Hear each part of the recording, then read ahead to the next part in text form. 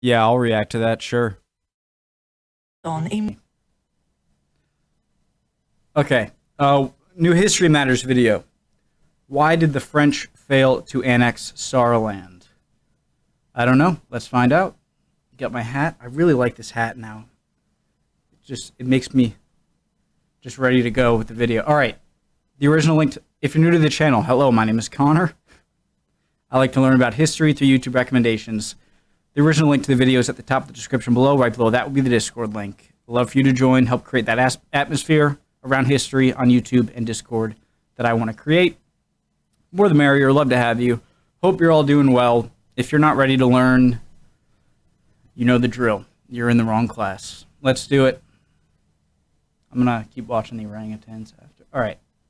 Let's go.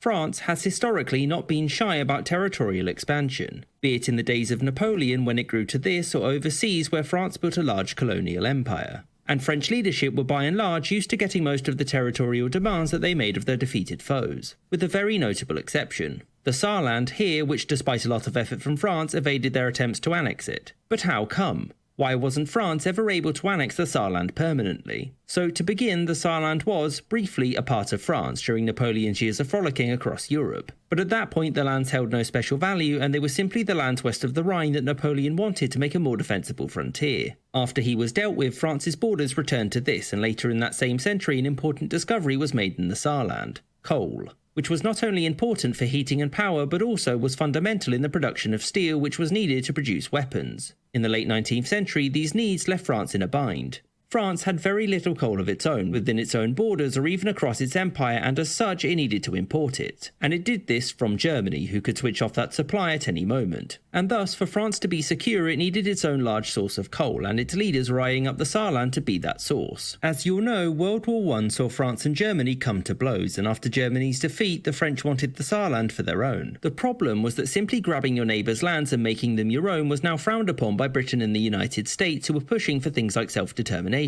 In Europe, that is, not the rest of the world. No, that's rich.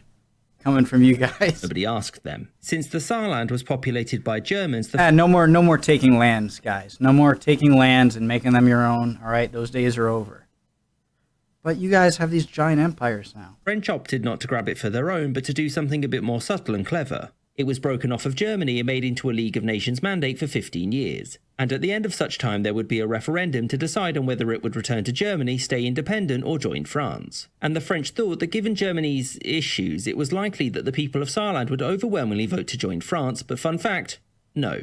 This may surprise you, but there was a Second World War, which Germany, sticking with tradition, lost as well. And the French, still in need of that sweet, sweet coal, figured that they'd give grabbing the Saarland one more go. When Germany was divided into occupation zones, the French broke the Saarland off of Germany again, but this time it was made a French protectorate. This annoyed Britain and America, but France didn't care because they kept getting invaded by Germany, so as far as they were concerned, this was fair compensation. By 1949, the Saarland was deeply linked with the French economy, and the living standards of the people there had already recovered well ahead of the rest of Europe. And it was clear to everybody concerned that the Saarland was well on its way to becoming a part of France proper. So what stopped this? It was the unification of the Allied occupation zones into West Germany. The Cold War meant that the West needed Germany on their side, and that Germany wanted the Saarland back, whereas France wanted security, and so its leaders pushed for the creation of the European coal and steel community, which would make whoever owned the Saarland irrelevant, since France would be guaranteed access to its coal. By which point the French were much less interested in having the Saarland for themselves and were pushing for a unified European approach to policy, something which required Germany on side. That said, the French gave the people of the Saarland a vote in 1955 on remaining independent, which the majority said no to.